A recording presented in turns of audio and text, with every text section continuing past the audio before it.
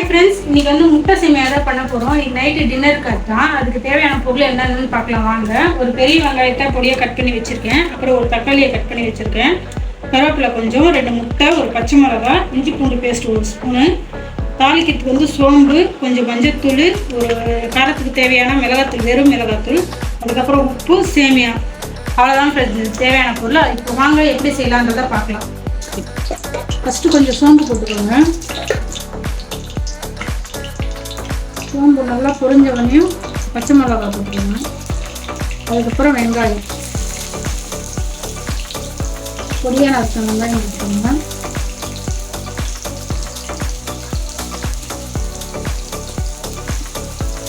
கருவேப்பிலை,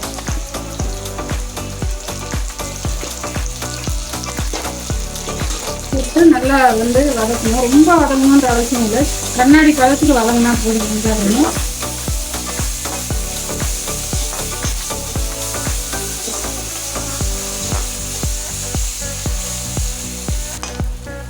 ஸோ வதங்கிருச்சு. வெங்காயம் இந்த அளவுக்கு வதங்கினா போதும், ரொம்ப ப்ரௌனாக வதங்கணுன்ற அவசியம் கிடையாது. வதங்கினே ஒரு ஸ்பூன், இந்த ஸ்பூனால 1 ஸ்பூன் வந்துட்டு இஞ்சி பூண்டு பேஸ்ட் போட்டிருக்கேன். அது போட்டு நல்லா வதக்கி விட்டுக்கோங்க.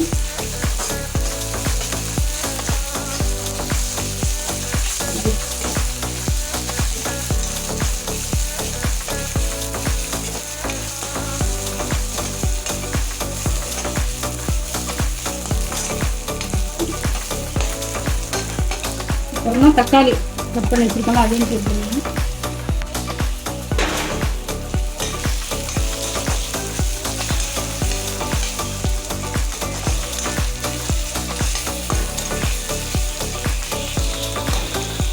தக்காளி போட்டு லைட்டாக உப்பு போடணும். தக்காளி அப்போ தான் சீக்கிரமாக வதங்கணும். ஒரு இந்த ஸ்பூனால் 1 ஸ்பூன் ஃபுல்லாக போட்டிருக்கேன் உப்பு. போட்டு நல்லா வதக்கணும். தக்காளி நல்லா வதங்கி வரணும்.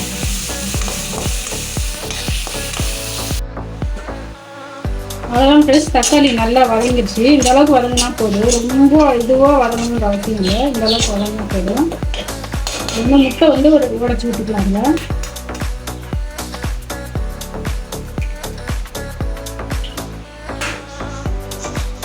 அதில் 1 பாக்கெட் சேமியா தான் போடுறேன், அதனால் 2 முட்டை உடைச்சி விட்டுறேன். நீங்கள் எத்தனை பாக்கெட் போடுறீங்களோ அதுக்கேற்ற மாதிரி, ஒரு பாக்கெட்டுக்கு 2 முட்டை. நீங்கள் எத்தனை பாக்கெட் சேமியா போடுறீங்களோ அதுக்கேற்ற மாதிரி முட்டையை வந்து அதிகப்படுத்திக்கணும். போட்டு நல்லா வதக்கணும். வதக்கிட்டு கொஞ்சம் மஞ்சள்தூள், அப்புறம் கொஞ்சோண்டு காரத்துக்கு ஏற்ற மாதிரி மிளகாத்தூள். அதில் இந்த ஸ்பூனால் 1 ஸ்பூன் போடுறேன்.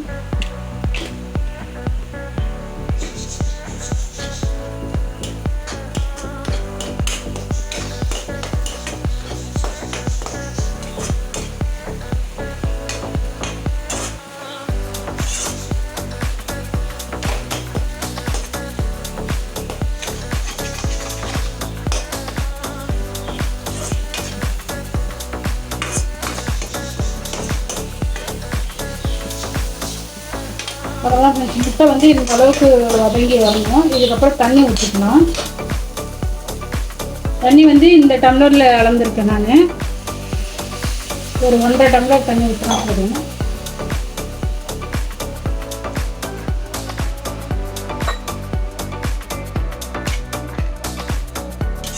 இந்த டம்ளர் தண்ணி ஊற்றி நல்லா கலக்கி விடுங்க.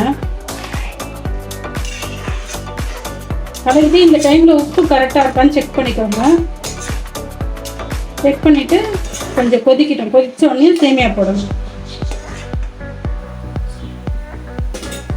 அதெல்லாம் இந்த அளவுக்கு நல்லா கொதிக்கணும். கொதிச்ச உடனே நம்ம வந்து சேமியா போட்டுக்கலாம்.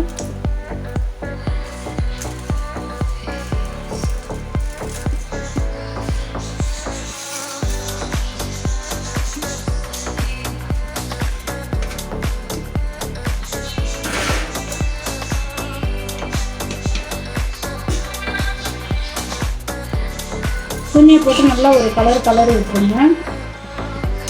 கலரி விட்டு ஸ்லிம்மில் வச்சுக்கோங்க ஸ்டவ்வை. இதுக்கப்புறம் ஸ்லிம்லேயே வேகணும் சேமியா. ஹை ஸ்பீடில் வச்சிங்கன்னா சேமியா வந்து வேகாது.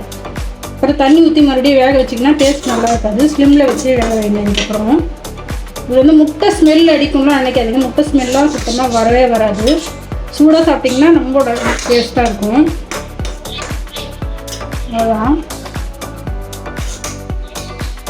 இதை அப்படியே நல்லா வதக்கி விட்டுட்டு மூடி ஒரு 10 நிமிஷம் அப்படியே விட்டுருங்க ஸ்லிம்மில் வச்சு. அதுக்கப்புறம் எப்படி இருக்குன்னு பார்ப்பேன். அவ்வளோதான் ஃப்ரெண்ட்ஸ், சேமியா வந்து ரெடி ஆயிடுச்சு. அவ்வளோதான், சாப்பிட வேண்டியது தான். போட்டு வாங்க இப்போ எப்படி இருக்குன்னு சாப்பிட்டு பார்த்து சொல்கிறேன். அவ்வளோதான் ஃப்ரெண்ட்ஸ், நம்ம சேமியா வந்து ரெடி ஆயிடுச்சு. இதே மாதிரி செஞ்சு பாருங்கள். செஞ்சு பார்த்துட்டு சாப்பிட்டு பார்த்துட்டு எப்படி இருந்துச்சுன்னு கமெண்ட் பண்ணுங்கள். உங்களுக்கு இந்த வீடியோ பிடிச்சிருந்துச்சுன்னா என்னோட சேனலை வந்து சப்ஸ்கிரைப் பண்ணிக்கோங்க. சமினா விளாக்ஸை வந்து சப்ஸ்கிரைப் பண்ணிக்கோங்க. என்னோடய சேனல் வந்து மறக்காமல் லைக் பண்ணுங்கள், ஷேர் பண்ணுங்கள், கமெண்ட் பண்ணுங்கள். இதோட நெக்ஸ்ட் வீடியோவில் பார்க்கலாம். டாடா பாய்.